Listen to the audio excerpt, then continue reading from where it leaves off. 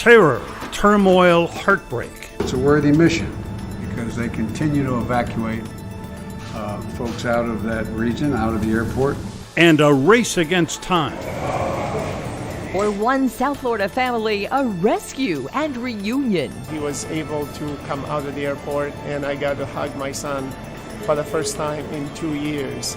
A school district adopting a policy such as a mask mandate is acting within its discretion. From courtroom to classroom. We will not be pressured by the governor or the State Board of Education. School mandates upheld, but should they? And will they last? Understand what they are doing. I mean, they are thumbing their nose at the rights of parents. The big news of the week, all live, all this week in South Florida. Good morning. Glad you could join us. I'm Michael Putney. I'm Glenna Milberg. The frantic rescue from Afghanistan continues against the clock, and we begin today with the South Florida connections. Breaking this morning first, the U.S. reports an airstrike has taken out a vehicle bearing an explosive device, perhaps related to renewed warnings of another imminent terror attack. In the airport, in Kabul, evacuations under deadline. Here at home, increasingly partisan finger pointing into what is going wrong and what is going right. South Florida Congressman Karla Gimenez is calling for an investigation into the chaotic withdrawal from Afghanistan. He is joining us today from his home. Congressman, great to have you. Good morning. Good morning. Good morning. How are you all doing? We're doing well, but of course, I think we are all grieving for the loss of these 13 U.S. military men and women. And I'd like to ask you, take a moment to begin with to express your condolences on this terrible loss of life. Look, the price of freedom is not free, and unfortunately, many young men and women have to give their lives for us to be free. And in this case, those servicemen gave their lives to protect the freedom of not only American citizens but also our Afghan partners and allies. And so my heart goes out to them and their families. Words just can't describe, how I felt when I heard about what happened. It was totally predictable and shouldn't have happened. So that's also why it kind of hurts a little bit, because it really is something that shouldn't have happened. So let's pick up on that, Congressman, if we could. You have called for an investigation, a DOD Inspector General investigation, filed a bill. It has three components to it. One, briefly, why and how much of the U.S. military equipment was left behind and how that happened, evacuation procedures, and also whether Afghan forces may have gone to Iraq with that military equipment. There's nothing in that bill, though, in the call for the investigation that includes maybe the context and the path to what led up to what happened over the past couple of weeks, including negotiations by President Trump with the Taliban that paved the way for the exit. Why not put in that breadth and scope as well? Well, because there was nothing that President Biden needed. He didn't need to follow what President Trump had done. Obviously, he hasn't followed what President Trump has done in any other instance. And so, as situations change, your plans have to change. This is all on President Biden. This is not, President Trump has nothing to do with this. The withdrawal, the way the withdrawal was done, you don't pick up and take your military out and leave all your civilians and thousands of our Afghan partners and allies there to fend for themselves. That's crazy. And you just don't pick up in the middle of the night, leave all your bases, leave all your equipment, which is what we did because President Biden put himself in an arbitrary deadline date. And by the way, you never tell your opponents what your enemy what your deadline is. That's crazy too. So okay? just as a follow-up, when the mission is over, when the mission is over, okay, and that there is no date for that. When the mission is over, then it's over, and then we leave. Okay. I don't mean to interrupt. Really tough to have conversations on Skype back and forth without actually being together. But I just wanted to follow up really quickly. Would you have advocated that President Biden renegotiated with the Taliban? There's no, look, the renegotiation aspect of, first of all, there were President Trump's negotiations had some conditions. They couldn't move on provincial capitals. They couldn't be a threat to Americans. That's what President Trump had negotiated. President Biden said, okay, I want to leave, Afghanistan too. But look, you just don't give a time, and you say we are going to leave when the mission is over. And by the way, our mission is taking all of our citizens and taking all of our Afghan partners and allies. And if you want to help us do that, we'll be out of here sooner. But if not, then we're going to take our time and leave. And we're not going to leave $80 billion worth of military equipment for you to have at the end of the day. And we're certainly, when we're leaving, we're not going to have you protecting our perimeter as we leave. Yeah. So those are the things that really drive me up the wall. Any 5-year-old would have done a better job than this. And so, this is all the president and his administration. And from what I understand, the people in the DOD, at least the people in the DOD, from what I've heard, were totally against this timetable and the method of this retreat and withdrawal from Afghanistan. And the president overruled them all because he wanted to be out by 9/11. And because he wanted to be out by 9/11, it cost these 13 servicemen their lives. And we don't know if any more are going to be hurt. Hopefully not. We know there's terrorist threats that are continuing there in this really not a well thought out method of getting up people out. Yeah. Well, I think we would all agree the sight of the United States trying to get its people out, get the Afghans out, has been humiliating. Haven't seen anything like this since the fall of Saigon, the helicopters lifting off the U.S. Embassy. But having said that, Congressman, most Americans were ready to get out of Afghanistan. They thought 20 years of war was too much. So the issue then really becomes the way the exit has been bungled. Is that it?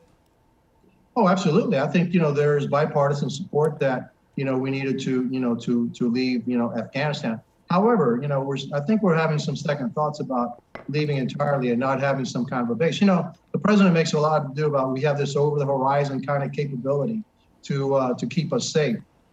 Listen, you're going to have to fly over Pakistan in order to have any over the horizon capability. And he made a lot to do about, getting these two planners that we got, I guess, yesterday. They happen to be right next to Pakistan, which we actually have intelligence assets in Pakistan. However, I am not so sure that, not having any bases at all, any base of operations so that we can monitor the situation in Afghanistan is going to make America safer. I am afraid that one day we may have to go back. But there was bipartisan support to get everything out, but not this way, not in this fashion, and not in this embarrassment. Look, our allies around the world are livid as they weren't even, consulted in the way, in the manner that this withdrawal was conducted. And so, the manner that it was conducted, I am really upset about it. I think it was atrocious. It's a dark stain on America. If we leave any of our Afghan partners there, any of our Afghan allies there that have risked their lives for 20 years fighting alongside with us, and then now if we leave them there, not only are they going to be, put to death, their families going to be put to death, and then who in the heck is going to help us in the future? That's what really gets me upset, the way that this was done. And I'm telling you, this was not done right. And I'm telling you, too, that this president also failed to and actually disregarded some very good advice. And so we need to get to the bottom of this. Who said what? Who advised what? What was the final decision? And the president said that the buck stops with him. Yeah. Well, the buck stops with you. And you didn't do a very good job at this. I'm sorry. Let me just jump in to say in mid-July, at least 10 very high-ranking diplomats and some maybe retired military people sent the president a very urgent message saying this looks like it's going to collapse long before you think it's going to. Let's begin the withdrawal process, get our troops out, get our equipment out, and he ignored it. Now, should that not be part of a congressional investigation? It should all be. Let's see how serious we are.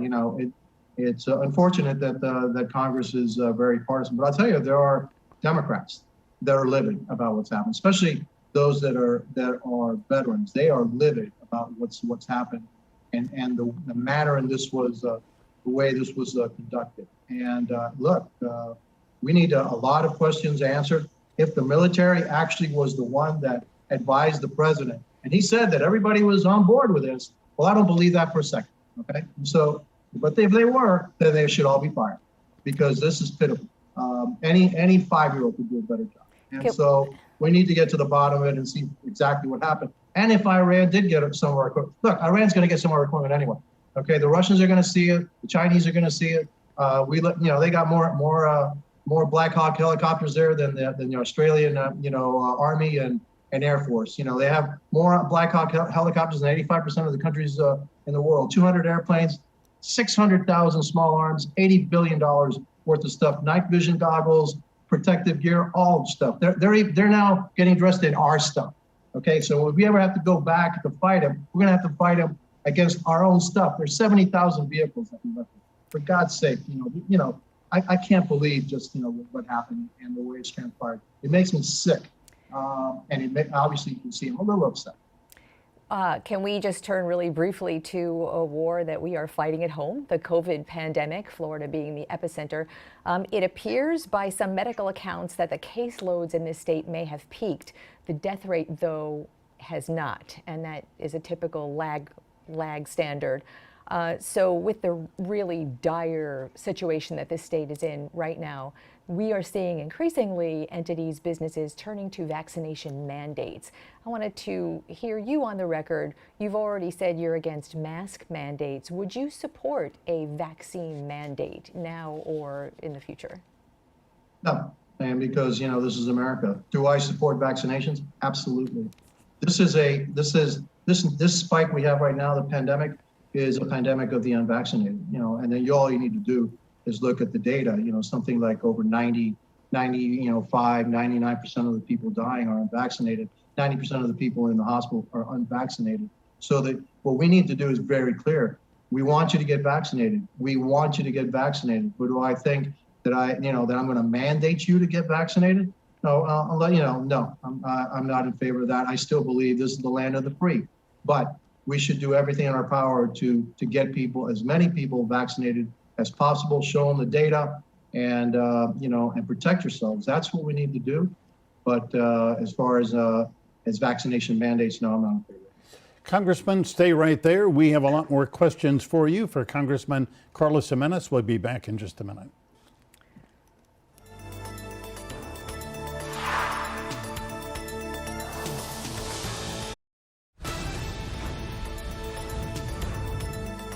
On the Sunday morning, we are speaking with Congressman Karla Gimenez of Miami. Congressman, July 11th, tens of thousands of Cubans all across the island took to the streets saying, "Libertad, we want freedom." The conditions there are awful. The Biden administration has responded with sanctions against some high-ranking officials, but internet connectivity still has not resumed for the island. What should the Biden administration be doing now? I think the first thing that we asked them to do was, we know that we have the technology, try to restore as much of this internet connectivity or something like an internet connectivity in the island.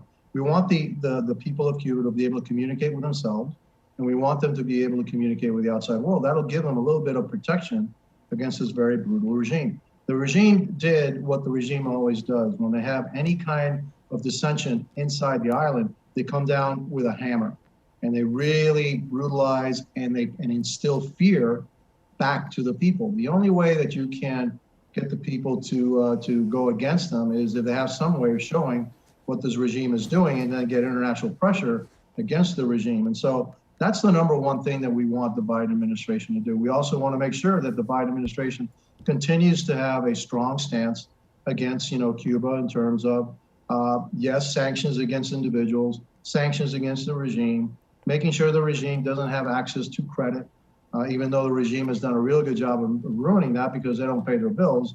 Those are the kind of things that we need the Biden administration to do. But right now, since we do have the technology, we need to move on that and see how we can restore that kind of communication ability inside Cuba as soon as possible. Can't wait to hear about that. Congressman Carlos Gimenez, we always appreciate your time. We never have enough time. And I invite you to stick around if you can for a couple of minutes and watch our next interview. I think you will be really interested in that too. Thanks again. Thank you. I guess I'm going to have to watch it because I can't watch it through Zoom, but I'll look at it. Quick, tune in.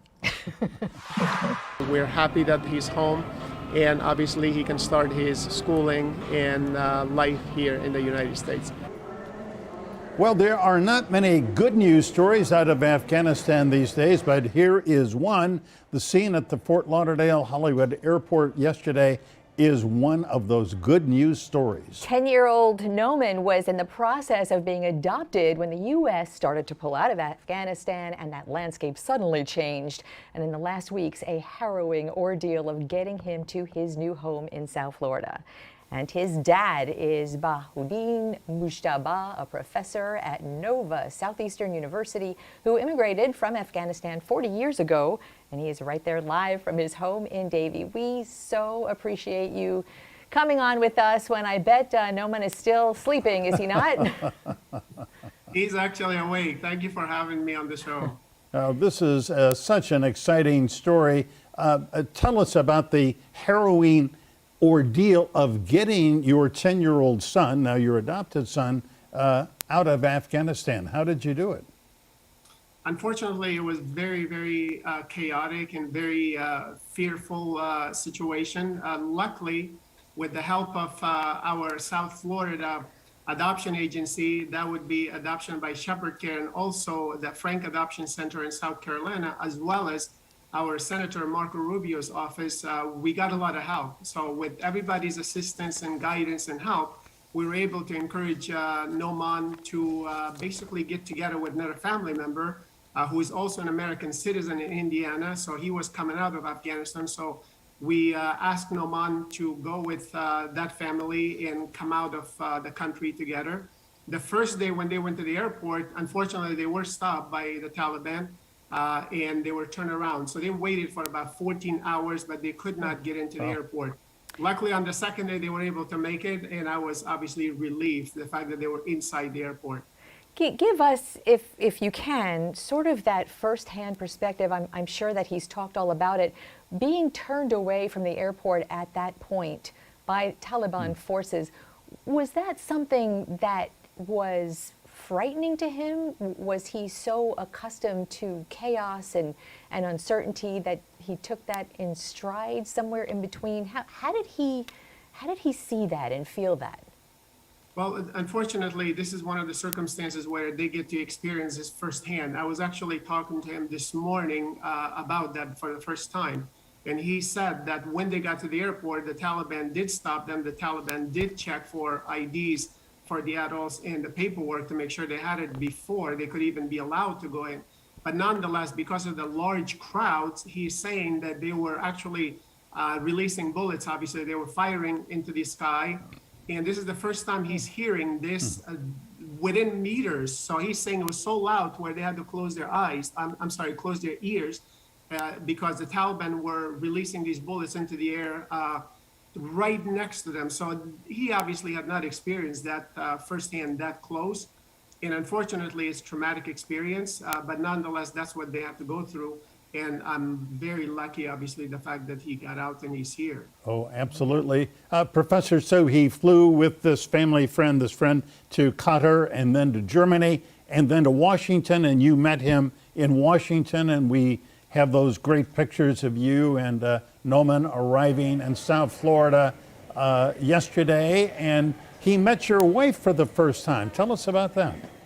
Yeah, that was very interesting experience, obviously, because my wife, Lisa, was looking forward to seeing him physically, and he was looking to see in her. So his anxiety was high when we were in Washington and also flying over to Fort Lauderdale, stating that, what would my mom think of seeing me for the first time? Is she gonna like me, or is she gonna be upset the fact that I'm not tall enough, or I'm too short, I'm this or that? Oh. So it's kind of interesting to hear his perspective. But in the meantime, obviously talking to my wife, she was anxious as well. The fact, will he like her? Oh. So even though they've spoken on the phone, they've spoken over the internet, many times seeing each other, but nonetheless, the anxiety was very high. But it worked out well. The hug was very, very good at the airport, and both of them seemed to connect almost immediately, obviously, physically seeing each other for the first time. You know, you mentioned that there were other families. I'm guessing that this, adoption is a roller coaster of an ordeal at the easiest. So you really have a layer of history and geopolitics to layer onto that. Are there other adoptees still waiting? Do you know? I'm certain there are. However, the family that did bring my child with him from Afghanistan, they also adopted a 2.5-year-old child. So they have been in the process for the past year and a half. They were waiting for the interview through the U.S. Embassy in Kabul, just like we have been waiting for that interview as well. But I think our U.S. Embassy officials were very busy with the translators and the SIV application, so we haven't received that interview yet. But I'm sure there are. I'm just not aware of how many. I think over the last 20 years, we've had at least 41 successful adoptions from Afghanistan to U.S. The challenge is that we're dealing with a very different environment. So Afghan government does not recognize adoption the way we do in the U.S. So what Afghanistan has is what's called guardianship. So guardianship, or the Persian word would be sarparasti. So that is equivalent to adoption process. And once you go through that process, then the U.S. government automatically accepts that paperwork as well. So we're lucky that we've completed that over the last 5 years. Professor, we are so admiring of you and your wife, and good on Noman too. I mean, what a tough little kid to come through this and to arrive and be in his new home in America. It's we need a feel-good story, and you've given us one. So you tell Noman that we all love him already. Yeah, we He's do got a indeed. whole South Florida community. All right, Professor Mujtaba, thank you very much, and have a great life with your new son. Thank you so much. I appreciate it. Be safe. You as Thanks. well. A judge ruled Florida schools may keep mandates in place. Parents who want to opt out may not do so on their own, and you're going to hear from one of them. That is next.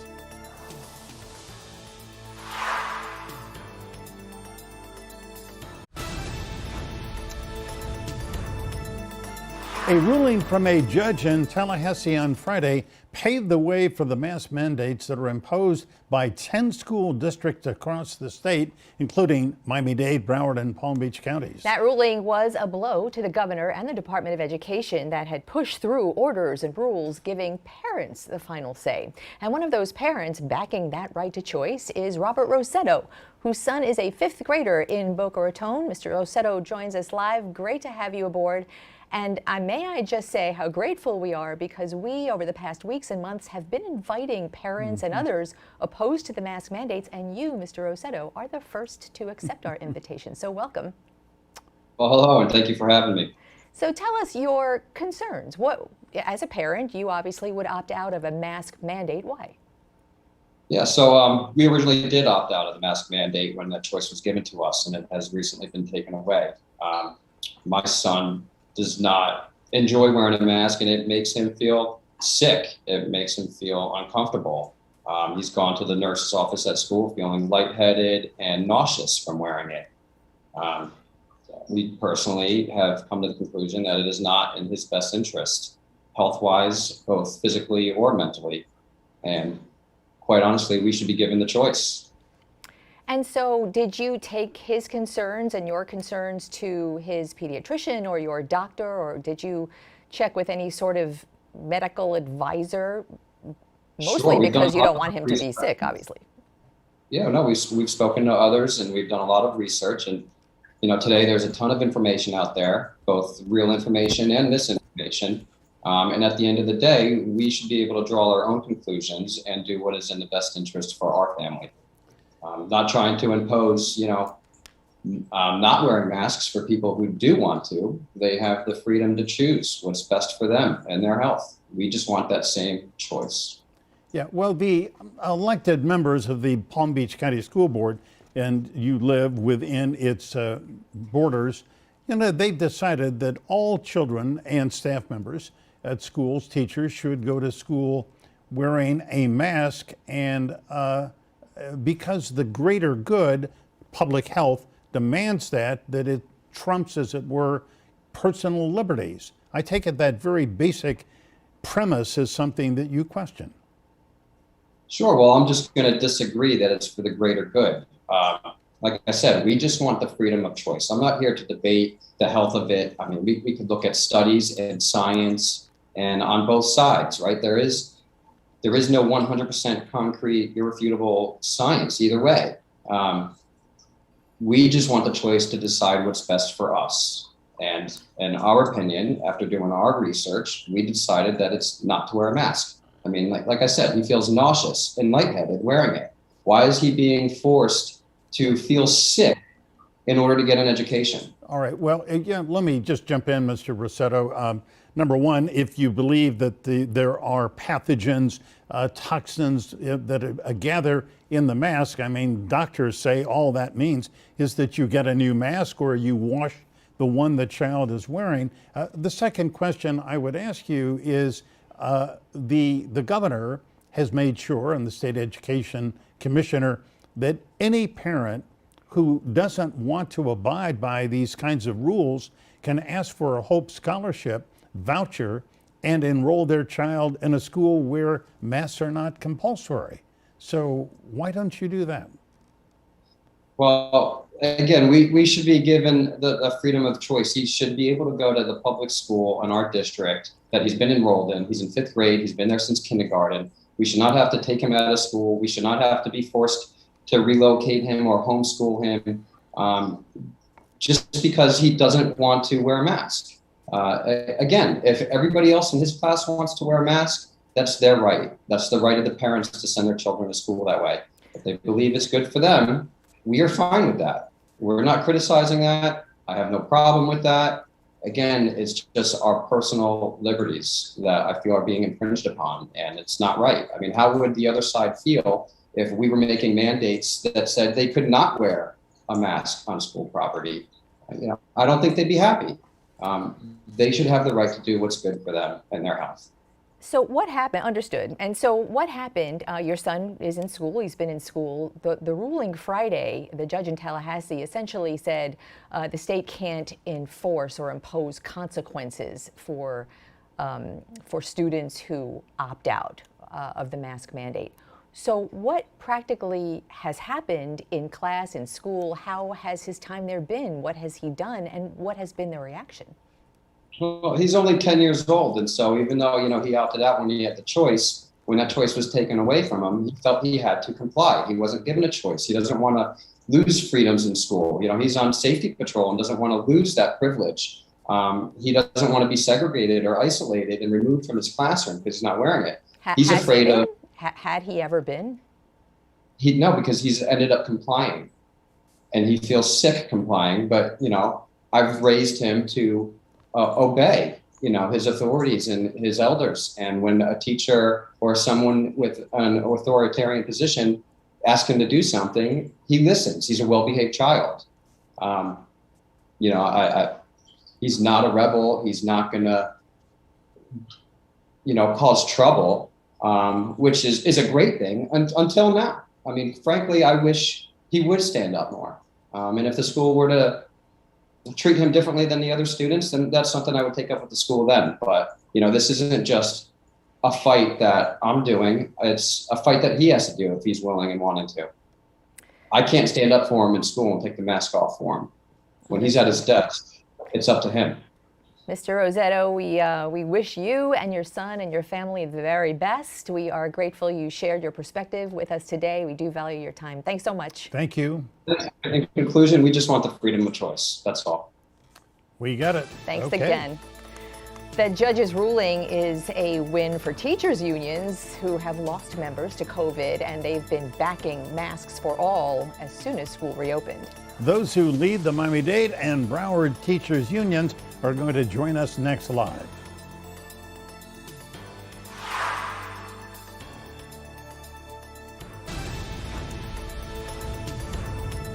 The legal victory for families who sued the governor on behalf of their kids is a victory for the school boards that defied him. And for South Florida's teachers' unions that have supported mandatory masks for staff as well as students, the leaders of Miami-Dade's and Broward's teachers' unions are with us together. Karla Hernandez-Mats is president of the United Teachers of Dade. Anna Fusco heads the Broward Teachers Union, and it's great to have you both.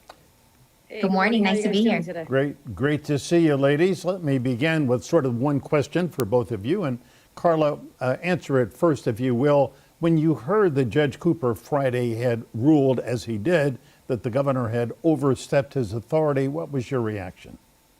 I was relieved, to be honest with you. This is certainly a win for parents, for our community, for our education professionals. We've been saying that this is unconstitutional and that this is overreach. And we saw that the judge, made a very simple decision, and he verified all of those things.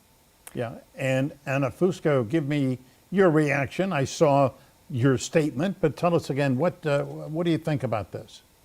Well, I'm happy, and I wasn't really surprised because we had so many people speak out intelligently and, understanding the Constitution and, realizing that our governor was just making a political stance instead of, realizing we're in a health crisis. So it was great that our parents stood up and that the judge made this decision. And, we're going to see a lot of people relieved that, others have to wear a mask until we can get this under control.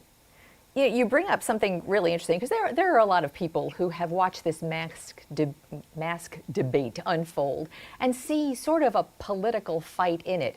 Nevertheless, as you saw in our last segment, if you saw our last segment, you have seen that there are parents, a significant number of parents, who really do believe that their choice would be to send their student to school with no mask for whatever the reason. And Mr. Rosetto in our last segment said that his son felt sick and nauseous in his mask. Karla, there are parents in Miami-Dade and Broward schools who to this day really do feel like that. So it's a very minimal number, and I think that it's very telling that you haven't been able to find parents from Dade and Broward that are willing to speak on this issue. The vast majority of parents care about their children's health and care about the health of others, because what they're teaching is collective responsibility. They're teaching that there is fact and there's opinion, which is what we teach in our schools as well. And it's very unfortunate because we know that facts can be verified, and we know that opinions are just beliefs or attitudes that people have. And here we're seeing opinions that are politically laced. We're seeing things that are political propaganda. We're seeing that this is anti-science. It's not factual. It's misinformation. And, it's really risking the lives of many. It's something that has us very worried. Just this week, there were over 26,000 cases in Florida for children under 12. And here we are fighting for things that are common good. We're trying to save children. We're trying to save the employees, our staff, our colleagues. And we're having to fight over common sense when we should be responsible. We should be teaching kids good attitudes and good ways of being and living in a civilized society. We have rules, and this is about collective responsibility. Yeah. Anna Fusco, we know that Dr. Vicki Cartwright, the interim superintendent of schools there in Broward, where you are, on Friday said that the compliance with the mask order has been almost universal. Just a handful of kids, have said they didn't want to wear a mask. We only know of the one instance at Fort Lauderdale High School where this Mr. Bauman showed up with his daughter and tried to get her in without a mask. But overall, compliance has been very high. So you must be pleased. Yes, compliance is so high, and it's unfortunate what happened with the student at Fort Lauderdale and what the parent is doing with that child. And hearing Mr. Rosetto, such respect and decency, and his concerns for his son, are really heard and understood. But wearing a mask helps keep the spread of doing, your part on someone else. So knowing here in Broward County, hearing from so many of our members, the students are complying. They're being respectful. They know that they need to do their part. And I think that's part of being a good parent and being a great teacher, and understanding that when situations happen for the good of all and for safety, if everybody does their part with respect and decency, we can get through this. Do you know, compliance is high, you say, but do you know how many, roughly, I don't want to hold you to a number, how many or what percentage of parents have tried to opt out or brought in medical opt-outs? And then Karla, same question for you in Miami-Dade. You know, I don't know that number, so it must be extremely low, or we would be hearing, you know, a buzz around our schools. So I'm going to guess that it's relatively low. And from just seeing the student standpoint out at Fort Lauderdale High School, you know, putting out their conversations when one student wanted to walk in without the mask, and I do believe it's from the push of the parent, that all of those students were standing up for, you know, the understand of the good that, you know, we are wearing masks and that's what needs to be done. So we believe that there's a very, very, very minimal amount that are even looking to opt out, or if need to opt out, there is that option. So that is definitely going to be respected, and, you know, we'll comply with that. And Karla, the same question to you. How many in Miami-Dade County Public Schools do you know have parents have presented a doctor's note, you know, so their children for special needs or disabilities, whatever it is, do not have to wear a mask? How many? Yeah, I actually have not heard of any parents looking for the medical opt-out. As a matter of fact, we've had parents that have called our offices trying to get more information on how to, you know, go virtual. And that's simply because they're concerned. You know, they know that there's still going to be some type of exposure, even with the mitigating factors that we have. And so, you know, parents want to have an option of staying at home and protecting their children even more. And so we know that that has increased our Miami-Dade virtual school program, but I have not heard, but I'll try to find something out during the commercial break to see if there's anything else that's out there. And speaking of a commercial break, let's take one right now. Sit tight. We will be back with more conversation with Madam President when we come right back.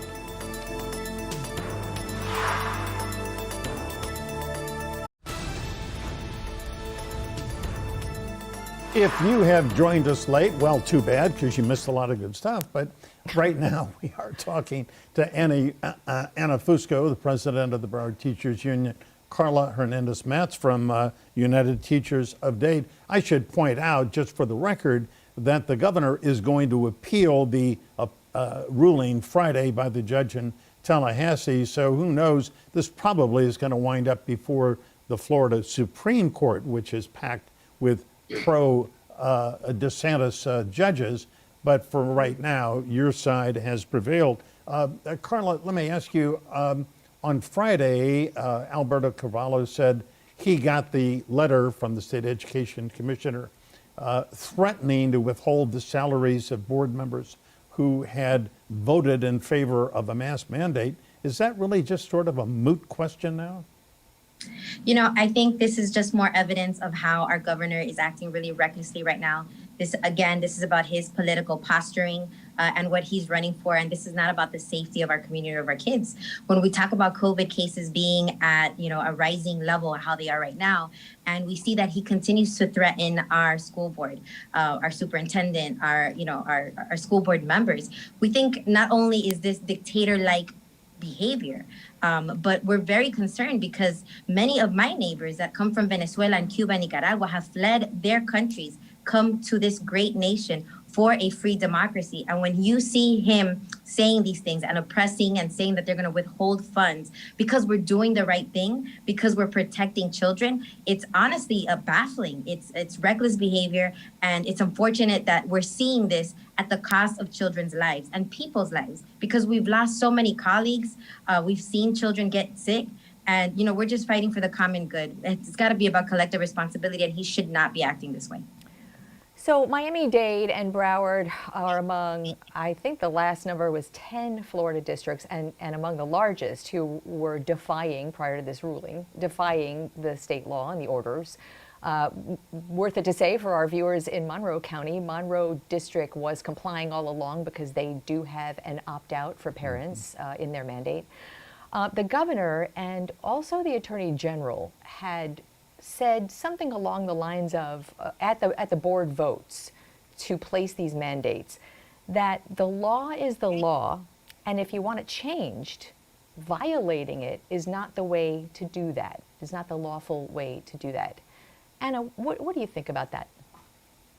Well, I think, you know, the law is the law was, an executive order from the governor, I mean, is it a precedent that he's going to set that whenever he just wants to create a law because it's his political stance? Well, just let me point out that the legislature did pass a Parents' Bill of Rights. I mean, there is a statute. And I understand that, but it seems there's lots of parents' rights out there that are being violated on the other side. So if it's about the parents' rights, then he needs to look at the whole picture, and that we are in a health crisis, not just in Broward and Dade County or in the state of Florida, again, across the country, across the world. So doing this can be quite harmful and deadly. Yeah. And, I just want to add that the law cannot trump the Constitution. And, the judge was very clear in what he said, that it was unconstitutional what he was doing. And so, and we have been saying that, that there's no checks and balances here, because what he's doing is actually violating our local authority to make decisions based on situations that we're seeing. And, one of the things that I like to, see being taught in our schools is that sometimes there are things that are wrong and people have to make brave decisions. And so, kudos to all the superintendents and school boards that made the right decisions. We're going to stand by them. We're going to support them. But we need more Rosa Parks moments. Just because there's a law that says you got to sit in the back of the bus, or there's a law that says that slavery should exist, does not make it right. And then there are people that are very brave and courageous that step up and make the changes that are necessary. We need more Rosa Parks moments in this community. I think Dr. Rosalind Osgood, the board chair in Broward, called it good trouble. She got that from somewhere? Yeah, from John Lewis. John Lewis. Yeah. There you go, John, good trouble. Yeah. Anna, let me ask you, how many of the teachers in Broward County are vaccinated? Are they all vaccinated? And should they be? Well, I could give you a good answer on that, because we actually did a survey these past 2 weeks. Out of our 14,000 educators, which I surveyed non-members and members, and we had a little over 7,200 respond. And out of 7,200 that responded, 89% said they were vaccinated. And we've done 2 vaccine drives. We did one last week at the Coral Square Mall, and we did one actually here yesterday at our Union Hall. And both times we had a little over 100 come in. So I believe that we have a really, really high amount that are vaccinated, and the ones that are still may have been uncertain or finally getting that clearance from their medical doctor are getting vaccinated. So we see a lot of people wanting to do their part to help with this health concern. Good. And Karla, what about Miami-Dade? How many teachers in Miami-Dade are vaccinated? So we did a similar survey a few weeks ago, and we found that now we have about 85% of our teachers or education professionals in general have been vaccinated, which is on par to what the American Federation of Teachers is saying, that nationwide, about 85% of our education professionals are vaccinated. So we're right on the mark. Karla, Hernandez-Mats, Anna Fusco, the presidents of the teachers' unions in South Florida, Broward and Dade. We are so grateful for your time, and thank you so much for being with us. Thanks. And we'll be right back.